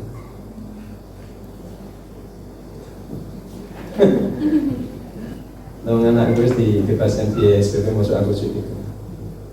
Tapi teman-teman yang ada tetap menerima sebagaimana peraturan. Katanya begitu, itu disebut integritas. Yang kedua, kompetensi Bapak Ibu, profesional. Jadi penjaminan mutu ya penjaminan mutu, BPI bunda saja, ya BPI itu psikologi, olahraga, profesional sesuai ini. Keuangan, nah ini keuangan, hubungan kompetensi profesional dengan integritas diaudit Bapak Ibu. Sejak 2017 keuangan yayasan ini diaudit oleh siapa? Kantor Akuntan Publik. Kami banyak. Itu dianggap kami bertanggung jawab dan bisa menyajikan laporan keuangan sebagaimana ketentuan standar akuntansi yang berlaku. Pertama dicipir Bapak Ibu. Saya terus terang aja. 2016 untuk bisa itu saya harus merekrut bendahara, staf kebendaharaan yang memang mengetahui keuangan. Makanya S2-nya kan Master of Accounting, SM Management. Ini S3 kita biayai untuk ngambil SD. Pak Osman, orang anak Purworejo, staf saya. Dia kapab, TU-nya Fakultas Kedokteran. Nah, bayangkan Bapak Ibu, di audit 2017, sejak yayasan lahir, jangan bisa bayangkan. Lahir itu 92, ada update itu 99, 97. Jadi teman-teman itu harus menyiapkan laporan keuangan sejak tahun 2000 sampai 2016. Jangan bisa bayangkan. Untuk yang lain masih sederhana, nggak material. Begitu uang agak banyak, mulai 2000 berapa, agak banyak. Sampai kantor akuntan publik itu nggak percaya Ustaz. Dr. Payamto itu telepon saya, Pak Wiranto, ini dari kantor akuntan publik. Iya, gimana? Maaf, ini mau konfirmasi apa benar jangan menyuruh kami kontrak untuk mengaudit keuangan laporan. Iya Pak, yang benar. Itu saya. Kata beliau, ini saya jujur begini nih, Pak Wir, ini jujur aja lah. Yayasan itu adalah mesin cuci uang, tempat orang menyembunyikan kekayaan hasil korupsi dan macam-macam. Itu gitu loh, biasa. Dia langsung mau ini namanya lalu. Dan kalau jangan yayasan jangan piye gitu loh.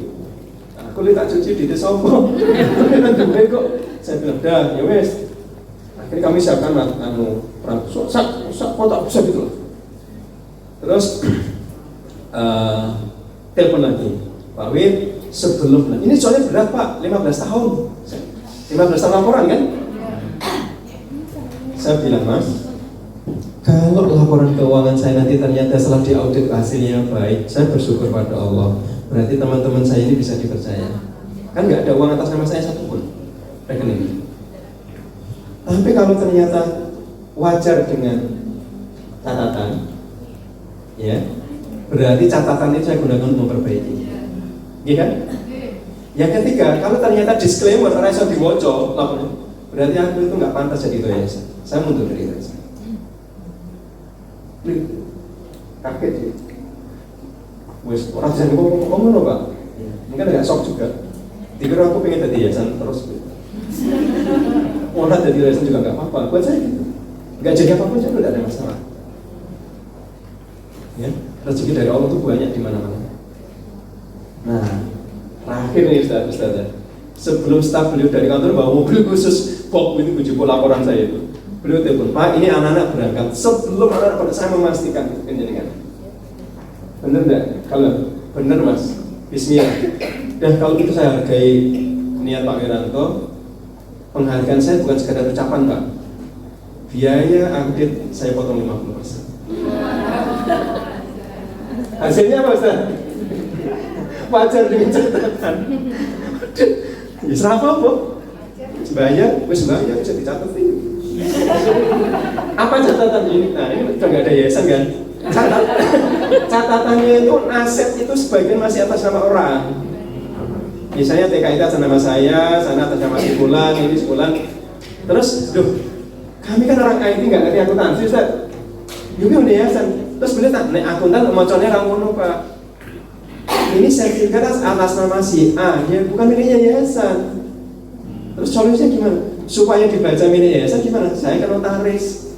Ustadz Anis misalnya, saya notaris, di depan notaris saya ikrar menyatakan bahwa sertifikat nomor sekian itu bukan milik saya, walaupun atas nama saya.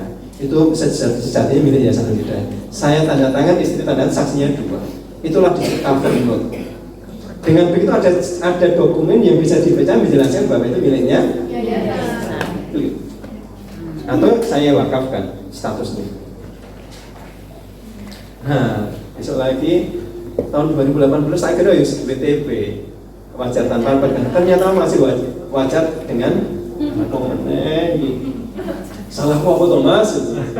Jenengan belum membentuk unit pengawas, bukan dewan pengawas yayasan, pengawas operasional.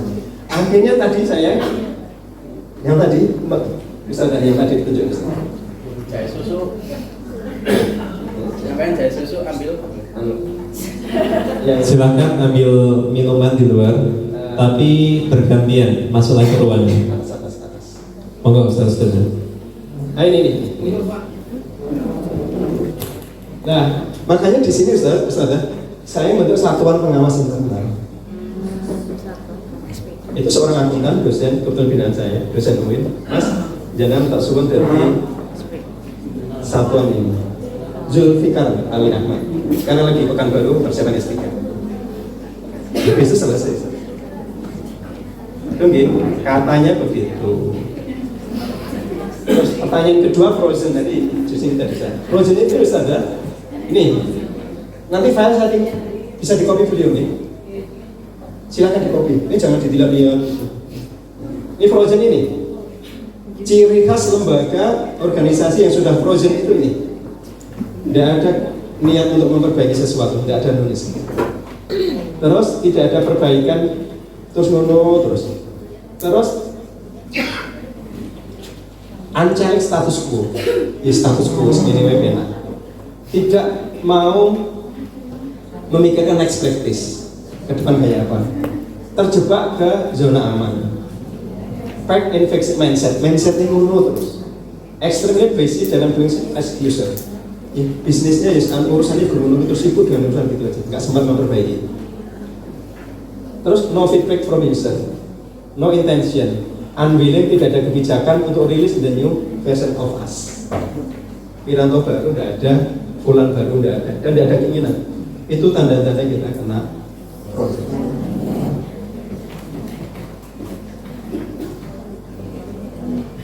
Nah, ibu-ibu senang frozen tinggal masak Ustaz. Cemplok kayak ini ikan frozen. Yang terakhir Bunda tadi apa gitu? PPI. Nah ini sudah, ini tadi kan yang tadi, yang atas ini. Ini Bunda. Badan pelaksana ini saya delegasikan ngurusi 4 bidang. Bidang pendidikan, seluruh pendidikan, bidang pengembangan usaha, bidang sosial panti asuhan, bidang pengurusan bisnis. Terus di sini bidang pembinaan bina pribadi Islam di sini. Itu ada syarat ketentuan berlaku. Harus mustawa apa? Mustawa kepikiran. Nah, berarti ada struktur, ada pengurus, ada program, ada anggaran. Kalau ditanya berapa anggaran BPI, kayaknya jawabnya saya. Sekitar 1 tahun. 1 M. Untuk apa? Kira-kira gitu ya? Memperbanyak modul. Itu kita kasih kan. Terus maaf seleksi kita biayai. Mukhoyam kita biayai. Terus musyawarah kita biayai. Anak-anak yang kita nih kita biayai. Terus kebijakan khusus SMA IT iyo maaf nih, tarbiyahnya di situ, dakwahnya di situ, maisahnya di situ, sehingga nggak capek. Sehingga kelas 10 itu murabinya ada kelas 12. Terus kelas 11 siapa murabinya? Para guru. Kelas 12 para guru. Para guru siapa murabinya? Guru yang lebih senior. Terus kelas 10 ngapain? Jadi murabinya SMP itu. Tidak harus NH di sini. Gitu.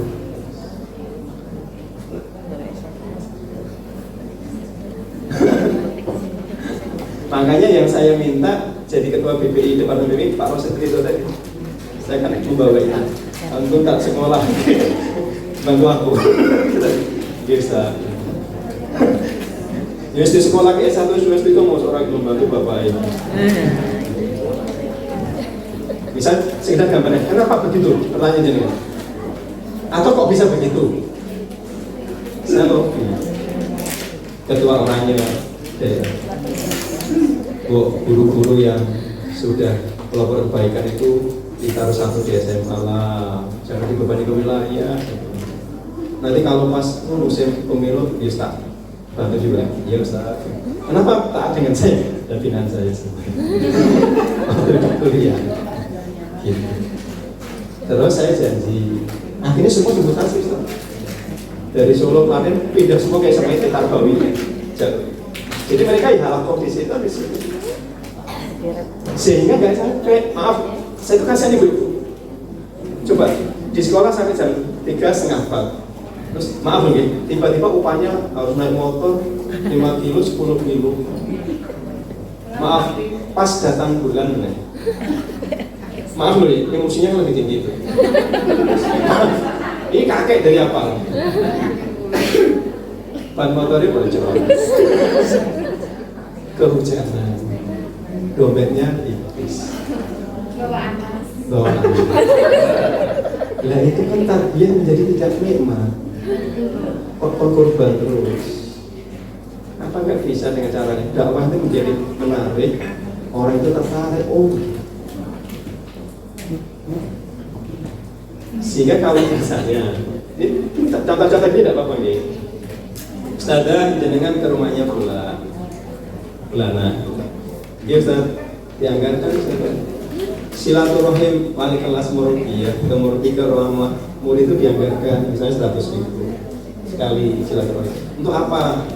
Ya untuk bensin sama beli buah tangan. Katakanlah buah tangan ini buah-buahan atau buku apa? Harganya 50.000. Kan enggak logis buat saya nyuruh seseorang di hari libur dia harus keluar sendiri. Nggak mungkin lah saya nggak tega gitu. Kita bayar, syukur ngejak suami, akhirnya silaturahim. Pertama sudah nambah rezeki, umur panjang, persoalan sekolah selesai, tarbawinya menjadi produktif. Ternyata orang tua yang didatangi itu juga nggak diem kok, ngerti kok. Pada saat kita ngumpulin siswa, percaya, Bunda bayar siswa di mana? Biar jenengan aja, oh ya udah. Targetnya cuma 3 juta, dia dapat 15, dapat 20, 30. Karena targetnya lebih karena perolehan yang lebih target, di Sukoharjo dapat yang nomor 1 dapat umroh. Itu tadi suaminya Bunda Ari tadi Pak Joko, karena dia dapat karena baiknya dengan relasi dengan murid itu, dia mengumpulkan zakat itu banyak. Teman-teman Sukoharjo bilang dia udah yang terbanyak kita umroh. Jadi dakwah ini multiplier effect. Yang kecil itu jangan disepelekan. Saya masih ingat di Proses Bunda Sopo Purworejo lah. Pak Wir, waktu itu anggaran kita masih 600 sekian. 650 itu gedung baru loh Pak. ya Ustaz bulan. Hah? Oh iya, saya sama sekali nggak mikir saya. Karena bagi saya sekolah itu guru, bukan gedung, bukan lab. Saya ini guru, saya itu bahagia. Ini loh, berjuang instan gitu. Gimana ya? Berjuang bahagia gitu. Orang berjuang itu susah, berat mukanya mendung terus. Yang itu murid-murid itu senang nyawa gitu. Usaha dakwah. Apa sawat tawala. Itu. Kemudian BPI di sana katakan umroh itu bagian dari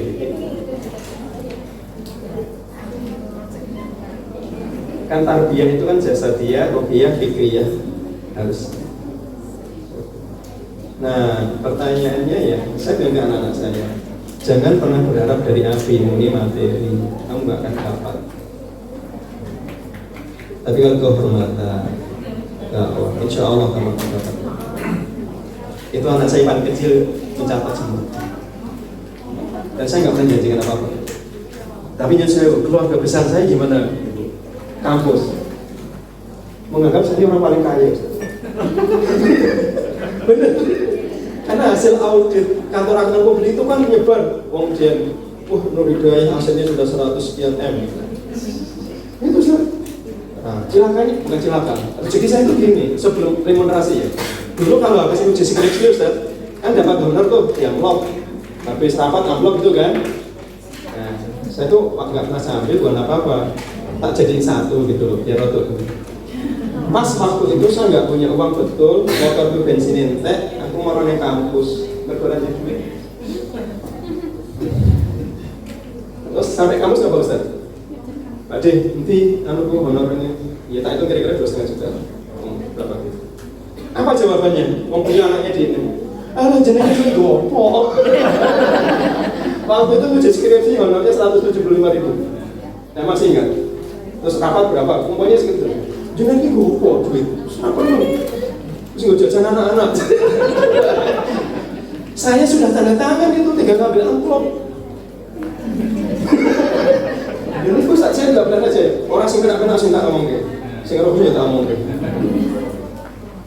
Saya itu paling orang kaya di kampus itu, gaji nggak pernah diambil. Terus ada orang, staf saya ini jangan lihat tablet. Saya tuh ganti tablet. Saya manggil staf saya di kampus itu, dia kan punya itu jual konten atau HP macam-macam. Kan HP itu dulu, aku tak gantiannya yang ini. Ya berapa tak transfer? Tapi itu jualnya carry gitu.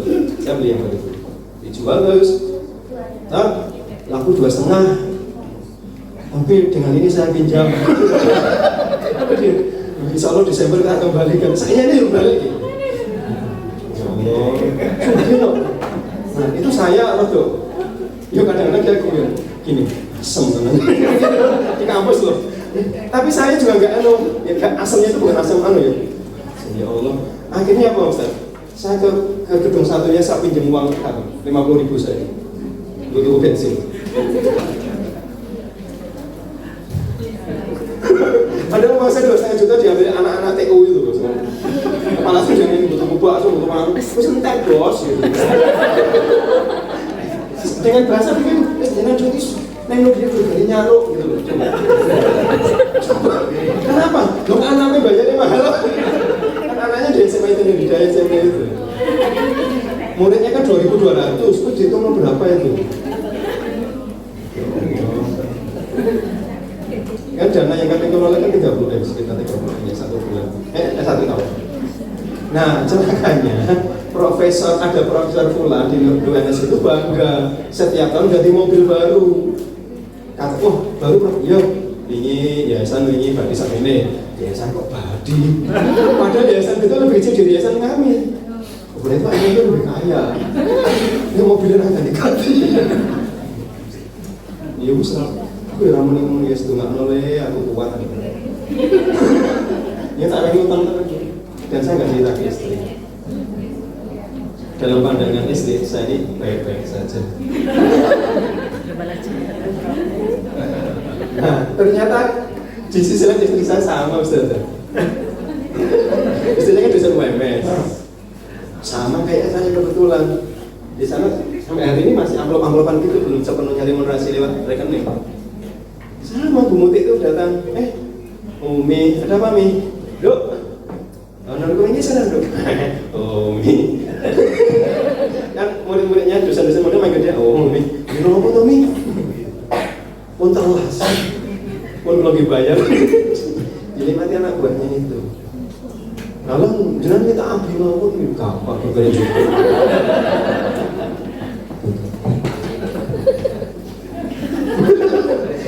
Nah, kami ketemunya itu di makan pagi di Umi wingi ning kampus. Jemput duit iki bocah-bocah. Akhirnya dia buka mie. Kok awak dhewe mudo. Ya wes tapi ya dia. Ya sudah itu doa mereka, enggak usah kita bantah. Tapi akhirnya apa Ustaz? Anak-anak kami, saya bukan mudah-mudahan ini apa ya, menyatakan nikmat dari Allah saja. Anak saya pertama sekarang di Sekretariat Negara PNS. Ini sudah lolos beasiswa LPD mau ke Australia. Nomor 2 di Bank Indonesia awal sudah lulus S2 LPD. Ini baru 14 Desember. Ini siap-siap umroh. Dan sudah daftar haji. Berangkatnya tahun 2076. Yang ketiga, yang diujikan saya. Yang keempat di Turki, yang itu dirawat oleh dosennya. Jadi anak saya nomor 4 itu umroh bukan dari saya. Bahwa kamu pernah umroh, belum aja, kamu punya uang berapa? Sekian, ayo besok kamu sama teman-temanmu umroh bareng aku. Awas kamu buka puasa di mana Ramadan? Belum aja, ayo ikut. Jadi langsung ikut mobil dosennya, diajak ke rumah dosennya, terus diajak makan di rumah. Begitu pulang diantar anak dosennya itu diantar. Jadi itu sama, tapi itu tidak. Sebagaimana kita memperlakukan orang, seperti itulah kita akan di. Yang menerima itu putri, namanya Wafia. Kenapa Wafia? Karena setia dengan istri saya. Setelah saya tinggal lama di Jepang, saya masih setia. Selama. Kemarin saya malam, aku lolos dapat beasiswa. Dari mana nak? BSc scholarship. Enggak cuma aku, Jumna dapat, Akmal dapat, ini dapat, anak SMITN, alumni itu dapat. Karena di coaching siapa? Di coaching kakaknya. Kamu nanti wawancara jawabnya gini. Nah, ini yang nomor 6 sedang persiapan kuliah. Yang bagi saya nggak mungkin Allah itu nggak merawat kita kalau kita merawat kasih sayang Allah. Cuma ya harus apa? Jadi energinya di-recharge, dia nggak harus setiap hari lah. Jadi ibu-ibu, kalau ditanya konsepnya satu, ibu. Saya bilang ke anak-anak saya, kalian sesibuk apapun, kata Umi jalankan saat itu juga. Ini, Dek, kamu nemani Abi, Gini, gitu aja. Kak, kalau longgar pulang ke Solo. Sampai Solo ada apa, Mi? Gak ada apa-apa. Nah, ini sama wanti-wanti dulu anak saya. Jangan pernah menyakiti perasaan Umi hanya dengan satu kata pun, atau dengan satu message pun. Apalagi hanya forward, gak boleh. Gak boleh. Sambun jam 3 kurang 5, cepat, jangan dipaksa sampai berdiri terus. Ustaz sambun gitu. Ini file saya tinggalkan Ustazah. Filenya saya Ustaz. Flash-nya kembali ini. Soalnya sudah kayak bisa ini flash terakhir. Setiap misi ini kan satu flash disk. Yes. Dan saya minta maaf Bapak Ibu, yang saya ceritakan yang baik-baik, yang baik saja. Penderitaan saya nggak usah saya ceritakan. Karena tadi jangan jadi sedih. Nggak usah diceritakan, karena sudah kalah. pasti akan ngalami. Nggak ada no gain without pain, nggak ada sukses tanpa kita menangis. Kalau ada yang baik, bermanfaat silakan diambil. Kalau ada kritik sampaikan ke saya. Nomor saya 0815671999. Open 24 jam. 24 jam 7 hari. Assalamualaikum warahmatullahi wabarakatuh.